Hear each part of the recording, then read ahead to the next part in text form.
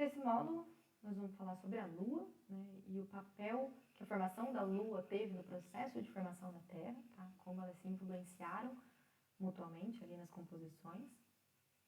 A Lua é um dos corpos celestes mais reconhecidos, né, do Sistema Solar, né? Consiste aí num astro esférico, esbranquiçado, acinzentado, né, como a imagem aí está mostrando, e ela não tem atmosfera, né, sendo aí a sua superfície marcada por diversas crateras de impacto, né, muitas aí observáveis a olho nu, né, como a gente vê, né, aqui.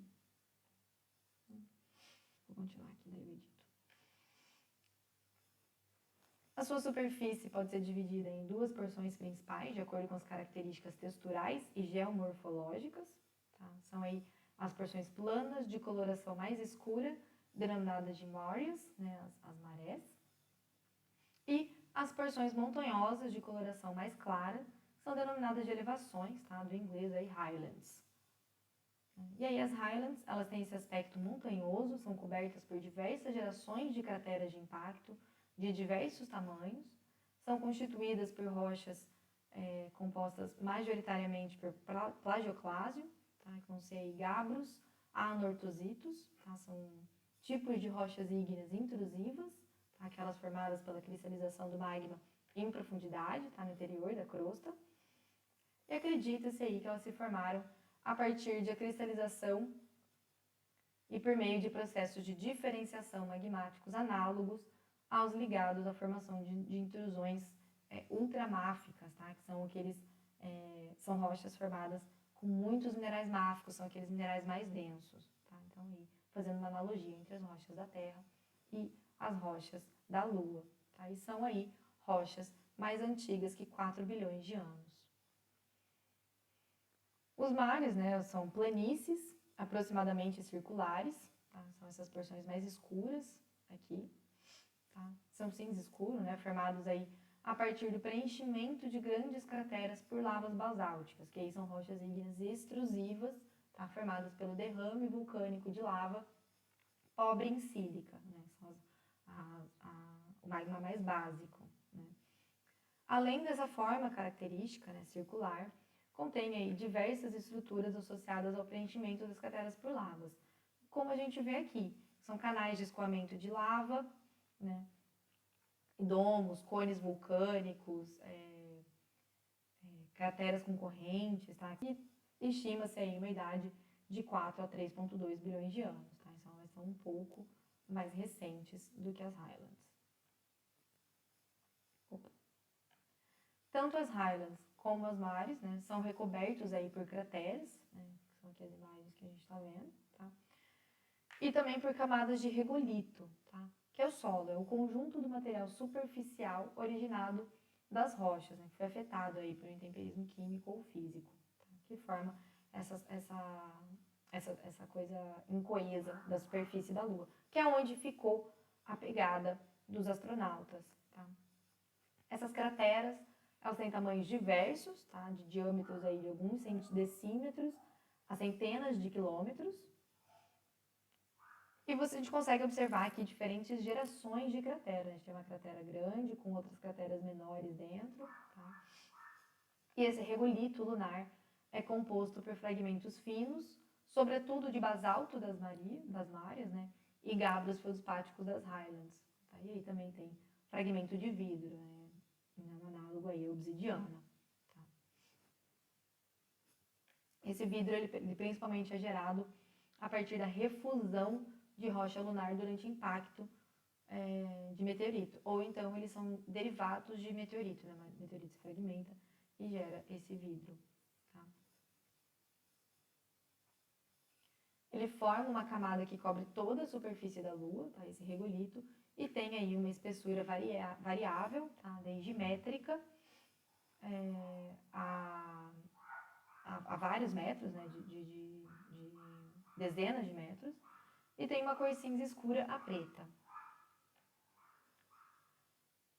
Diversos processos geológicos, sobretudo sedimentares, são ausentes na Lua, tá? Não são encontrados rochas sedimentares, né? Que são aquelas formadas a partir de sedimentos transportados por fluidos, né? Seja fluido aquoso ou ar, tá? Estão ausentes na Lua.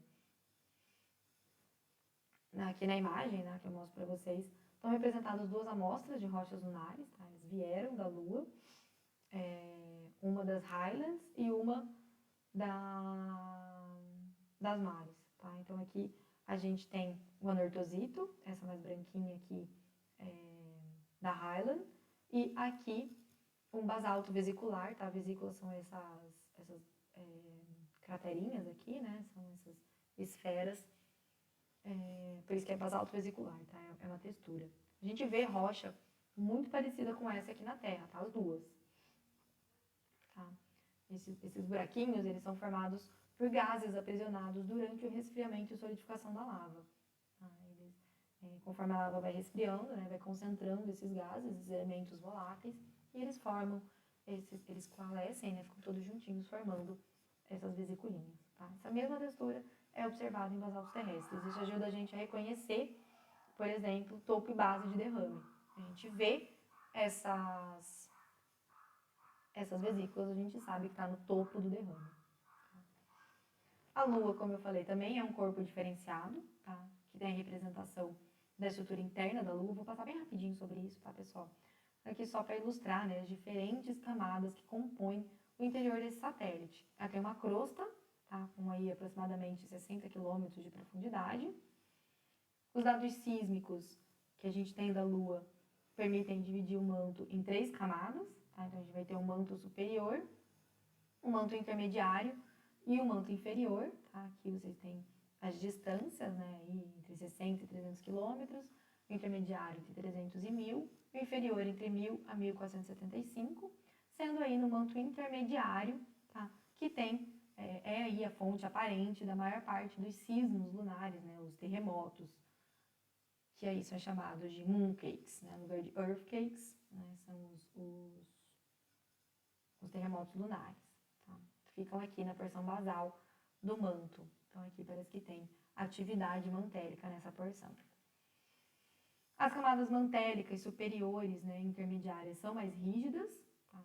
Em conjunto aí com a crosta, e constituem uma espessa litosfera, tá? De aproximadamente aí 1000 quilômetros, que é proporcionalmente muito maior do que a litosfera terrestre. Tá? A gente vai ver que a litosfera terrestre tem aproximadamente 120 quilômetros. Né? Então, comparado com os 1000 quilômetros da Lua, a nossa é muito menor.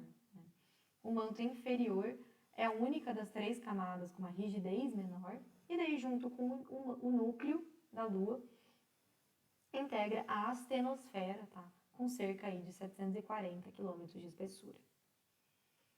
Dados sobre o núcleo são extremamente escassos, tá? Imagina, a gente não tem muito dado do nosso núcleo, do planeta que a gente habita, né? Pisa em cima, imagina da Lua, mas acredita-se, né, por análogos e informações indiretas, acredita que seja um núcleo líquido, né? Aí provavelmente composto por sulfureto de níquel ou por uma liga de níquel e ferro. A teoria mais aceita para a origem da Lua, tá? Informalmente aí denominada de teoria do corpo impactante, tá? Ela diz que a Terra, na verdade a proto-Terra, né, colidiu com outro corpo de dimensões similares às de Marte, então ele era um pouquinho menor que a da Terra. Tá? Aqui a gente tem essa representação, a Terra levemente maior do que o corpo impactante. Tá? No momento da colisão, esses dois corpos já tinham passado por processos de diferenciação, ambos eram constituídos por um núcleo de níquel e ferro e um manto, tá, de composição peridotítica, tá, aí um manto silicático. Tá? E a Lua teria sido formada, então, a partir de material ejetado da Terra como resultado desse impacto.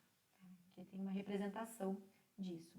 Né? Então, começo aqui, né, a aproximação dos dois corpos. Não foi uma aproximação lenta, foi uma aproximação com uma velocidade, tá, alta, que gerou a colisão, tá? Mas essa colisão foi num ângulo baixo, então fez com que o núcleo do corpo impactante fosse absorvido e incorporado ao núcleo da Terra, mas parte do manto foi ejetado. Tá?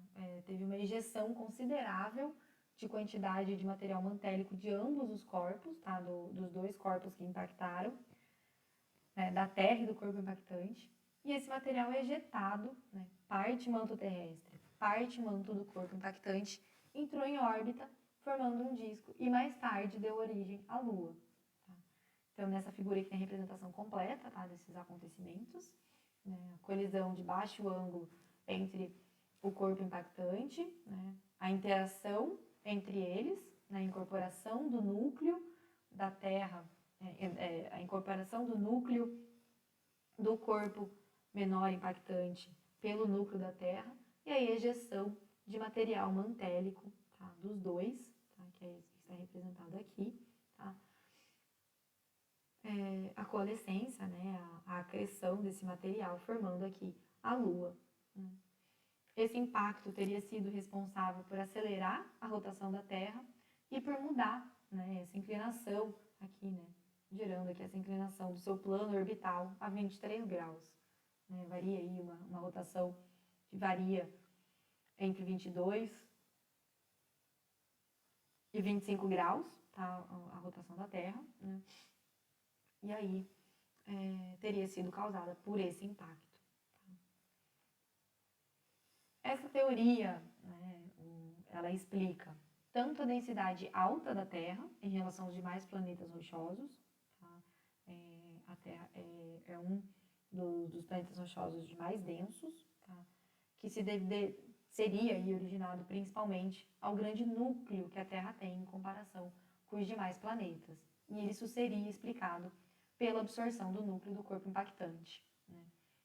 E isso também explica a baixa densidade da Lua e seu núcleo comparativamente pequeno, tá? Por ter sido aí formado pelo material ejetado na colisão, né? O material mantélico continuou no processo de diferenciação, gerando um núcleo muito pequeno, né? Do que seria, por modelos matemáticos, seria esperado se a Lua não tivesse sido gerada pelo impacto desses dois corpos. Né? As evidências que suportam essa teoria são as composições químicas muito parecidas entre esses dois corpos celestes, né, a Terra e a Lua, que não é comum entre os planetas e os seus satélites no sistema solar. Tá? Os demais planetas rochosos que têm satélites naturais não apresentam essa semelhança de composição, né? Principalmente aqui de isótopos de oxigênio, tá? São muito semelhantes entre si e diferem demais de Marte e dos outros meteoritos, tá? Das análises de meteoritos que a gente encontrou. A densidade da Lua é menor do que a esperada, tá? Relacionada aí a um núcleo pequeno e empobrecido em ferro, né? Porque ele foi originado pelo manto, né? Pelo manto ejetado. E o fato da Lua estar se afastando da Terra. Tá? A formação da Lua após, né, a colisão com o corpo impactante com a Terra foi aí há 4,5 bilhões de anos. E estudos mostram que a Lua está em constante afastamento da Terra. E isso é uma das evidências, né, de que ela foi gerada pelo impacto e ela está gradualmente se afastando, né? Ela teria sido capturada pela órbita da Terra, mas que ela está fugindo. Né? No lugar de estar sendo atraída, ela está sendo expulsa da órbita da Terra. E no próximo módulo, a gente vai ver qual foi o resultado, né, disso, então, da composição e da estruturação interna da Terra, para ver a formação do planeta.